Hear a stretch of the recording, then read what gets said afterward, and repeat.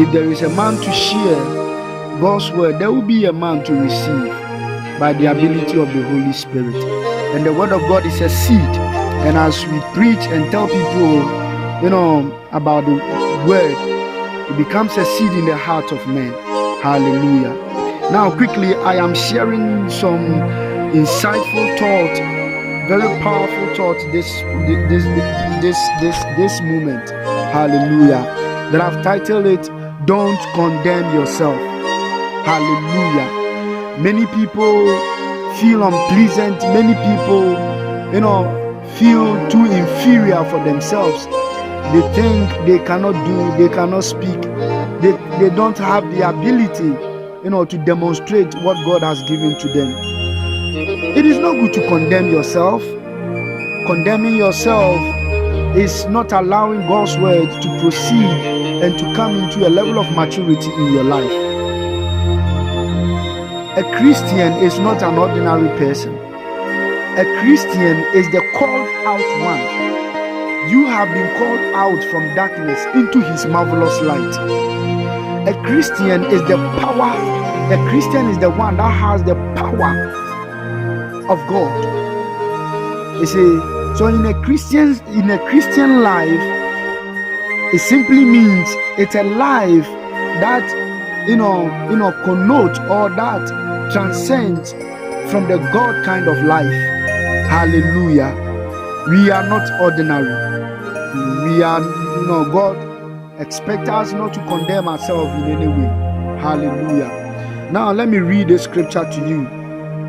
Glory to God. When you read the book of Romans chapter 8 verses 1, when Apostle Paul was talking to these Romans, he said, therefore, there is therefore now no condemnation to them which are in Christ Jesus, who walk not after the flesh, but after the Spirit.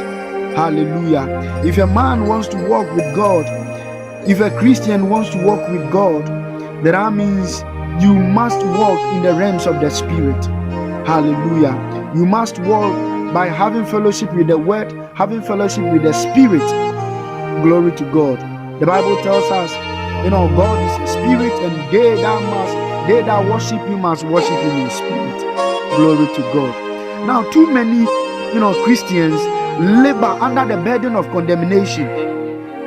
And this is one of the tools the devil uses to keep them in bondage.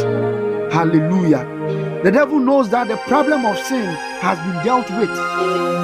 The problem of sin has been dealt with already. You see, and so he uses the weapon of sin consciousness. In other words, he makes them feel, he makes Christians feel as though they are sinning, even when they are not. You see, these feelings of inadequacy makes, such people, such Christians believe they are not qualified, to do God's work or receive his blessings. But that shouldn't be your portion. You see, that shouldn't be your portion at all. But the Bible declares that there is no condemnation to them which are in Christ, who walk not according to the senses, that is the flesh. You see, that means it doesn't matter whether, whether you feel condemned. What matters is what the Word of God says. Understand these things. The issue of sin has been dealt with since. It has been dealt with once and for all by the death of Jesus Christ. Now, Jesus Christ came to die to bridge the gap between sin. You see, Jesus completely destroyed the whole of sin over us. And that's why the Bible says sin shall not have dominion over you. You don't allow sin to have dominion over you. You don't allow sin to grip you. You don't allow sin to make you feel condemned. You don't allow sin to, make you feel, low to your life. For ye are not under the law, but under grace. Glory to God. When you read the book of Romans chapter 6 verses 14, you see, There's no need for any one of God's children to keep wearing heavy cloak of self-condemnation. Why should you condemn yourself? If by any chance you do something wrong, it doesn't mean you are a sinner. It doesn't mean you are a sinner. You have the even when you do something wrong, which goes which is contrary, to the word of God. What you're supposed to do, all that you're supposed to do is you have the right to obtain forgiveness. That's what the Bible is telling us in the book of 1 John chapter 1 verse 9. It said, if you confess our sins, he is faithful and just to forgive us our sins and to cleanse us from all unrighteousness. Hallelujah.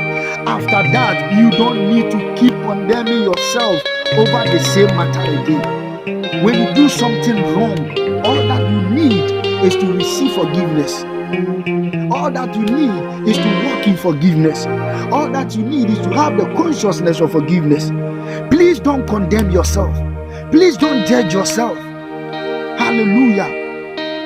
Don't become, a censor of personal condemnation. Don't become a censor of self-esteem, sinful, conscious person. Hallelujah. It is not good. It will weigh you down. The conscience of sin will weigh you down. The conscience of sin will not allow you to enjoy the life that God has called you to be. Glory to God. Don't condemn yourself. You see, and above all these things, don't try to live up to the expectation of others. That is what Christians are doing. They always want to live up to the expectation of people around them. And meanwhile, those people doesn't even put God's word to work.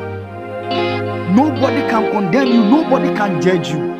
It is only God, it is only God's word that can determine all that you do as a sin. Praise the Lord. Rather, live up to the expectation of the word of God.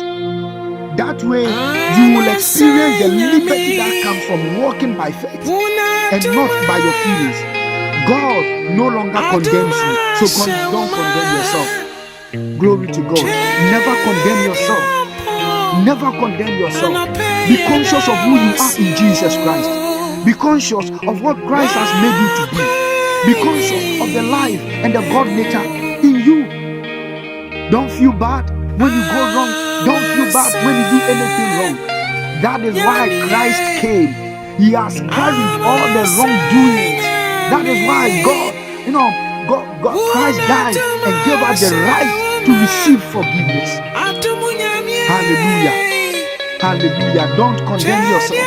Don't condemn yourself. You are a son of God. You are a daughter of God. You are a child of God. Hallelujah.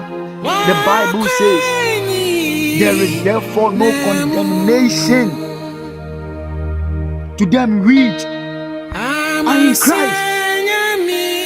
Those who walk after the spirit and not after the flesh. See, when you walk according to this your senses, you will be judged, you will be condemned. Hallelujah. But when you walk according to the spirit, when you walk according to God's word, when you walk and have fellowship with the Holy Spirit and God's word, amazing. You will walk without fear. You will walk without any kind of contradiction in your life, and you begin to enjoy liberty in Christ. Hallelujah. This morning, I want to encourage you. I want to encourage you. You are the powerhouse of the Holy Ghost. God wants to use you.